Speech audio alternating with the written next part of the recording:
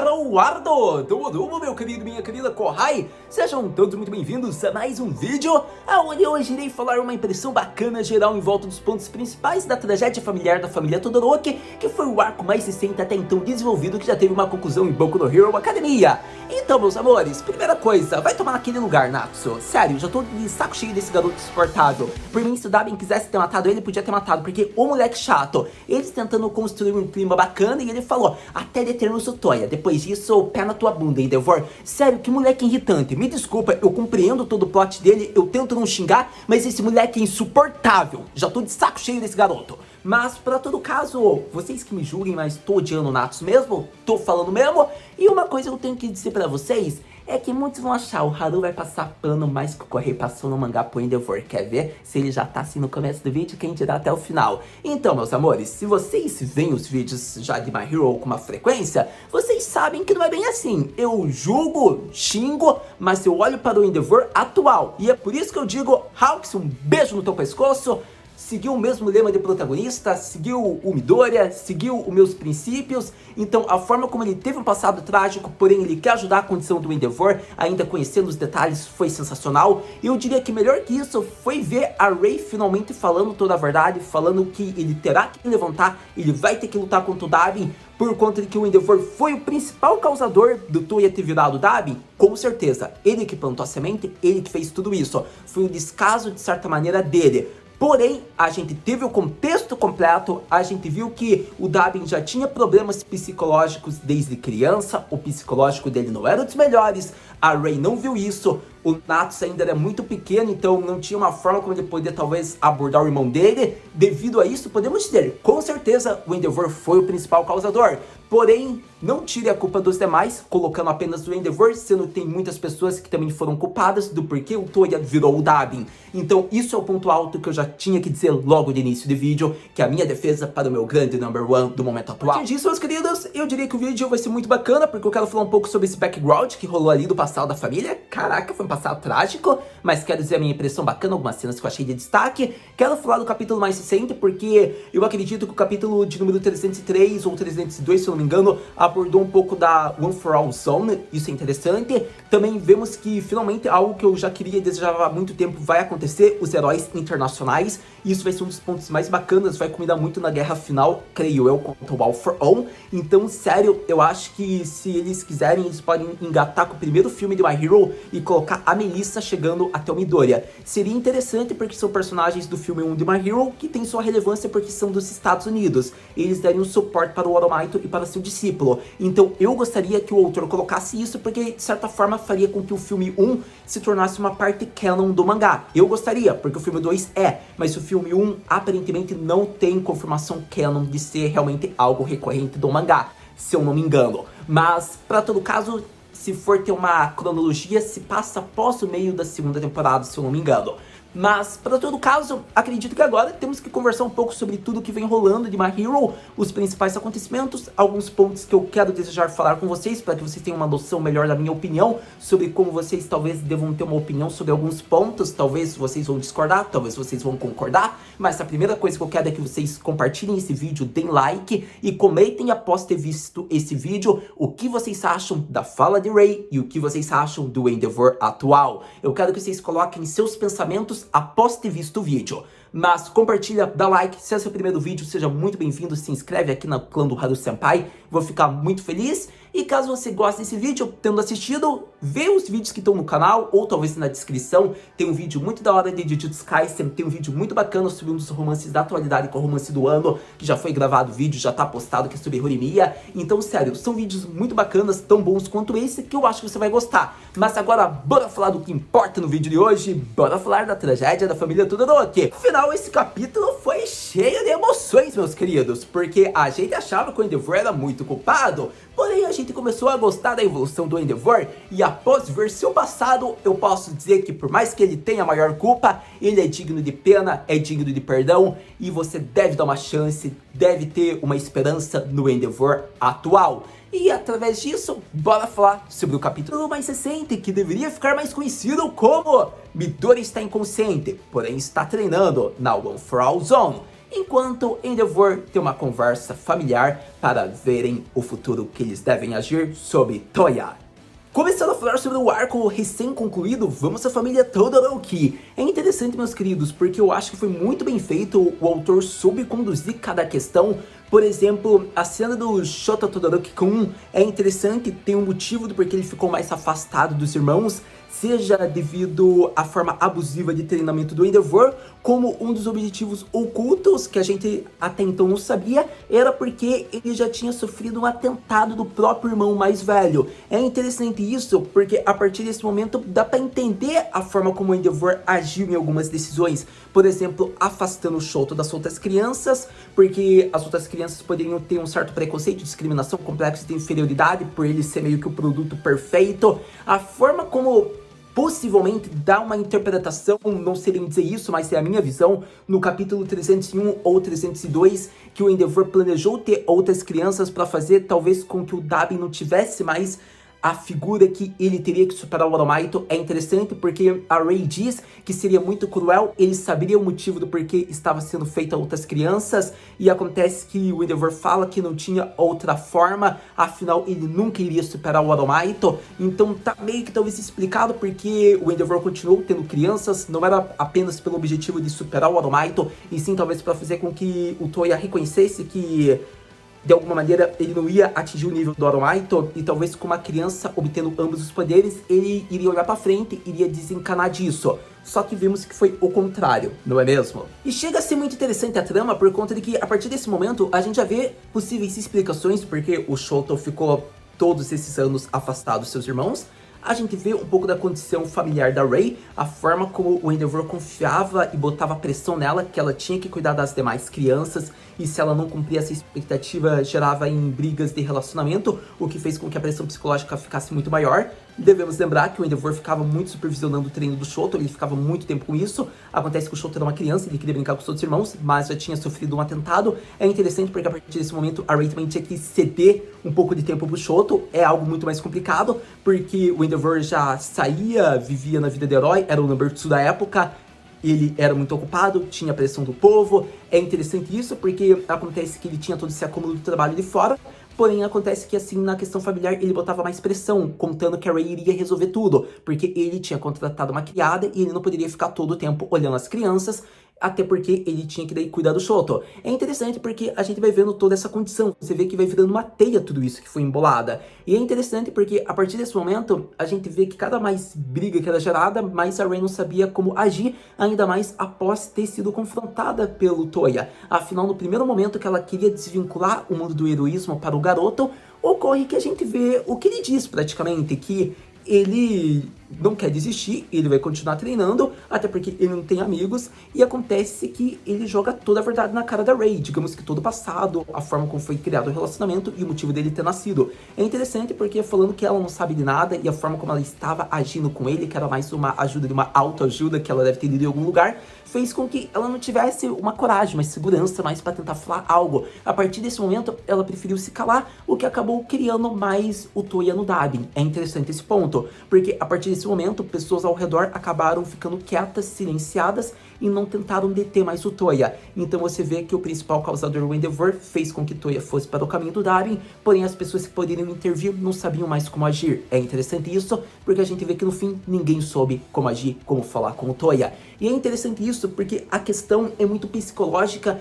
que eles nunca tentaram colocar uma expectativa, eles nunca conseguiram olhar para o Toya. Porque no primeiro momento que a Rei diz, você só está fugindo, ele só quer o seu olhar, acontece que o Endeavor não fez isso, porque ele acreditava que o Toya nunca iria superar o Oromaito, porque teria a mesma individualidade dele, e acontece que na cabeça dele, o Toya nunca ia passar ele em nível de poder, e acontece que se ele tivesse dedicado um tempo, mesmo no momento que o garoto já estava se automutilando, e ele tivesse visto as chamas azuis, possivelmente ele teria que ser proibido de treinar, mas o Endeavor talvez tivesse uma supervisão, um outro olhar nele. Então nesse momento o Endeavor foi negligente porque ele colocou baixas expectativas pelo seu filho ter dado apenas o seu lado da individualidade, e sendo que o Endeavor nunca superou o Oromaito, ele acreditava que o Toya também não conseguiria porque é a mesma individualidade. Porém as chamas do Dabi são muito maiores que a do Endeavor, a gente vê isso atualmente, só que tinha a diversidade, o físico dele não era bom, o corpo dele não conseguia aguentar essa pressão das chamas.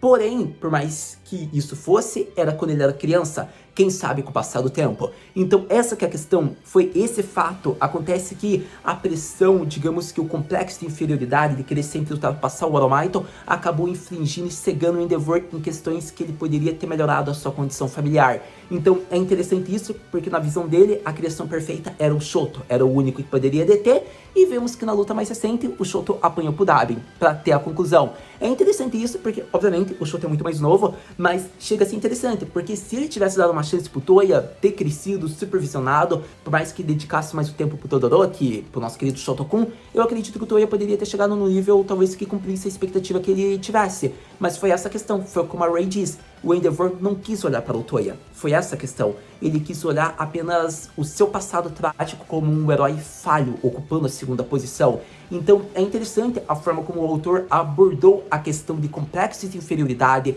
a questão da autoestima, problemas, traumas. Ficou muito 10 tudo isso, porque a gente vê que, infelizmente, foi pela condição da Ray, pela condição do Endeavor, que o Toya acabou com todos esses problemas e acabou virando no que virou. Afinal, ele ficou treinando sozinho, sem a supervisão de ninguém, ao ponto que ele acabou mutilando o próprio corpo e acabou morrendo praticamente enquanto queimava seu corpo tentando treinar. É interessante isso, porque após isso, provavelmente ele foi pego por um dos capangas do All For One, e ali ele já estava no nível do ódio, ele foi apenas manipulado facilmente, e assim virou um do que a gente conhece hoje em dia. É interessante porque foi um passado muito 10 para antagonista, para vilão. Eu acho que é um passado muito triste acima de tudo, a forma como foi tudo orquestrada, mas o Kohei Sensei arrasou em tudo que ele construiu. Eu acredito que a questão da automutilação fez com que o Endeavor quisesse pressionar o Dabin a parar de seguir o caminho do herói. A gente vê que ele fala isso, que ele poderia desvincular disso, poderia olhar outras coisas, só que acontece que na cabeça do Toya, ele não poderia, ele é o filho do Endeavor, todos na escola querem ser heróis. Já é esperado que ele seja o herói que supere o Endeavor. E o Endeavor quer que ele supere o All Might. Era isso que tinha na cabeça dele. E essa chama nunca iria se apagar. Mesmo que o Endeavor não quisesse que isso ocorresse mais. Mesmo tentando mostrar indiretamente que a expectativa dele estava em outras crianças já. Então é interessante porque na mente de uma criança, infelizmente o Toya foi a vítima. E a gente compreende todo o caminho de ódio que ele acabou se tornando, ainda mais com a manipulação que ele virou. Então foi uma boa falta de psicólogo ali na família Endeavor, não é mesmo? Coitado do nosso querido Midoriya, se ele tivesse conhecido eles há tempo e fosse mais velho, não é mesmo? Ou nosso querido All Might. Mas agora voltando pro clima mais sério do vídeo, eu acho que foi muito triste tudo que ocorreu, a forma como foi executado todo o acontecimento. A gente vê que talvez a Fuyumi era a única que poderia intervir, porém o Toya sempre se afastou dela, porque ela sempre ficou pressionando, digamos que as feridas dele. Acontece que ele não queria ouvir esse lado, porque era uma coisa que ele não gostava, então ele sempre queria fugir. Pra ele, ela era uma opinião que nunca entenderia nada, e acontece que assim, ele pegou uma vítima que era muito mais fácil de ser manipulada, de certa forma, digamos que psicologicamente, que era o seu irmão mais novo, o Natsu. Então, infelizmente, foi tudo ocorrência atrás de ocorrência, de sequência, que acabou tornando ele naquilo que a gente conhece atualmente. Então, o background dele foi muito bem feito, a forma como a questão familiar foi abordada, que todos têm uma parcela de culpa, foi 10. Então, é interessante porque a partir desse momento que a Ray fala sobre tudo isso com o Endeavor, é para tirar um pouco do fardo da culpa, porque ela estará dando o apoio, afinal, ele é o único que pode derrotar o Dabin dessa vez. Porque ele foi o causador de tudo isso, só que agora tá na hora dele pagar derrotando seu próprio filho. É interessante esse momento, porque a gente vê que o próprio Todoroki chega, ele pensou que ele teria que ser o único a derrotar o Dabin, porém após ter conversado com a Ray, ele chegou numa conclusão que todos devem deter o Dabin. Então é interessante porque praticamente foi uma maneira muito 10 de concluir o capítulo, assim, a primeira parte. Eu acho que a chegada do Hawks, ter visto a chegada do Hawks foi muito relevante e alvo de elogios, afinal o mesmo vê que ele passou por condições similares ao do Todoroki, porém ele desvinculou e seguiu um caminho de certa forma que lhe seria mais fácil, e de certa maneira ele não quis mais olhar para o passado e quis seguir o caminho dele. De certa maneira, ao meu ver, o Hawks seguiu um caminho totalmente aceitável, porém ali na perspectiva mostrada, ele respeita e admira muito mais o Todoroki por ter confrontado todos os erros do passado e ter dado uma nova chance, algo que possivelmente ele preferiu apagar e não olhar para trás. Então é interessante porque na fala dele, eu te admiro, Todoroki Shoto, você é admirável, mostra algo similar ao seu passado que ele não conseguiu fazer. Então foi muito bacana essa cena. Para todo caso, vemos que a partir desse momento já é engate para a próxima parte que a gente vai falar aqui do vídeo, porque o Hawks começa a falar sobre a reunião que eles vão ter, sobre os heróis estrangeiros, sobre a forma como já foi um acontecimento de 2 dias, milhões de vilões estão aparecendo. Acontece que eles vão ter que fazer um time composto da Big Three, dos heróis atuais, e acontece que nesse momento a gente vê que ele pergunta o que é One for All. E a partir disso é muito interessante, porque o Endeavor liga os acontecimentos desde o momento que ele enfrentou o Tomura, desde o momento que o Midoriya falou que ele era a isca perfeita, e ele fala Deku. E nesse momento, vemos que o Hawks vai até onde está Izuku Midoriya, e é o ponto que a gente vai falar no vídeo agora. E eu diria que chegamos à conclusão já do vídeo praticamente de Boku no Hero Academia, onde eu vou falar sobre meu querido Izuku Midoriya-kun. É interessante porque a partir desse momento a gente vê que praticamente foi mostrado o Hawks chegando na outra ala do hospital, onde a gente vê o Dynamite todo preso pela língua da Tsuyu. A gente vê que finalmente o clima estava tentando se acalmar, porém o Bakugou tá tentando gritar para ver se o Midoriya acorda, né? Porque seria uma boa alternativa o Midoriya acordar com o grito do seu grande amigo de infância, seu Osananadi, não é mesmo? É interessante porque o Bakugou fica tipo pensando, caraca, se eu já acordei, por que você tá dormindo ainda, seu desgraçado? E a gente vê que acabou aí, porque o Jian acaba vendo que ele tá muito bem, já está curado dos ferimentos. A gente vê que o Bakugou diz praticamente, isso tá parecendo que eu tô bem, que ele tava tipo, bem amarrado pela língua da Tsuyu. E chega a ser interessante porque nesse momento a gente vê praticamente uma cena que mostra 3 personagens, Urida, a Uraraka e uma personagem feminina. Ali a gente não sabe bem ao lado quem era na imagem, porque a qualidade não está boa da imagem. Porém, talvez seja a mãe do Midoriya ou alguém do hospital, eu acredito. E é interessante porque a gente vê o Hawks chegando lá, ele querendo falar com o Midoriya, porque ele achava que o Midoriya talvez já estivesse com a consciência acordada, né? Tendo recebido a consciência novamente, me faltou o termo agora, eu não lembro.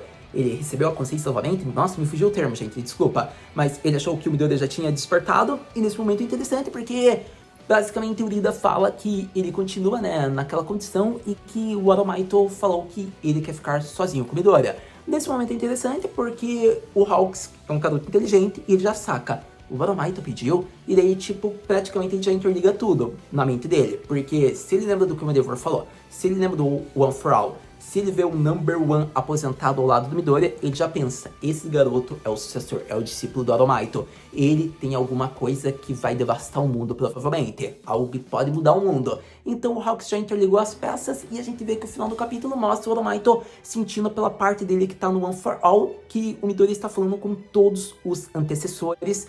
E ali vemos que a partir disso o capítulo foi concluído, criando expectativas, porque provavelmente o Midoriya já deve estar treinando na One for All Zone. Sem dúvidas, um excelente capítulo para Boku no Hero Academia, meus amores, meus queridos corrais. Eu diria que foi interessante de abordar muito ali da passado do Endeavor, da família Todoroki, a forma como foi resolvida essa questão, a conversa do Hawks, a intervenção dele, já explicando como eles devem agir, a forma dos heróis internacionais estarem chegando criando expectativa. Eu diria que é interessante a cena final focando no Midoriya, porque provavelmente agora a gente vai ter o foco nele na One for All Zone, e a partir desse momento fica interessante, porque praticamente o Midoriya tá com 3 a 4 individualidades liberadas. Acredito que ele vai aprender de 6 a 7, se eu não me engano, apesar que teve uma que tá desconhecida, e a 7 não tem muito sentido, né? Porque daí teria que ser, acredito que, referente a ele. Porém, a gente ainda vai ver como isso vai se desenrolar. Pode ser que o autor crie um plot twist que talvez quebre o clichê do começo da obra, mas é interessante isso porque a partir desse momento a gente vê que o Midoriya deve praticamente aprender todas as habilidades dos antecessores, e a partir desse momento vai ser interessante porque será que ele encontrará uma maneira de curar seus braços na One for All Zone, ou será que a Eri vai surgir com Milho? Então essa que é a questão, mas para todo caso, criação de expectativas criada para o próximo capítulo e a pergunta clássica gerada praticamente com Haru Senpai tendo exaltado tudo que desejava falar. O que podemos esperar para o próximo capítulo de Boku no Hero Academia, Haru Senpai? Para o próximo capítulo de Boku no Hero Academia, eu diria que devemos ver praticamente nada de heróis como Uraraka, Bakugou, Hawks, talvez nem mesmo o Oromaito, digamos que da realidade onde o Midoriya está inconsciente. Eu acho que a gente só vai ter o próximo capítulo já iniciando no Midoriya, ele estando na One for All Zone e todos os sucessores estão ali com ele, conversando, jogando uma boa prosa, falando como que ele deve despertar, controlar as individualidades e talvez curar partes do seu corpo que estão praticamente com danos graves, sérios, que ele não vai conseguir se movimentar. Então é interessante isso, porque eu acho que o próximo capítulo vai ser só em volta do Midoriya, porém se tiver algo a mais, como Hawks e nosso querido Oromaito, ou Bakugou e Hawks, vai ser interessante porque daí é algo acima da média que daí talvez eu não estava esperando. Então isso pode ocorrer, mas eu acho que o próximo capítulo o Correio Sensei só vai focar no nosso Midoriya Boy. Mas você já sabe, lançando os próximos capítulos, a gente vem aqui conversar. Muito obrigado por ter visto esse vídeo até agora. A gente se vê no próximo vídeo de Boku no Hero Academia Matar Na.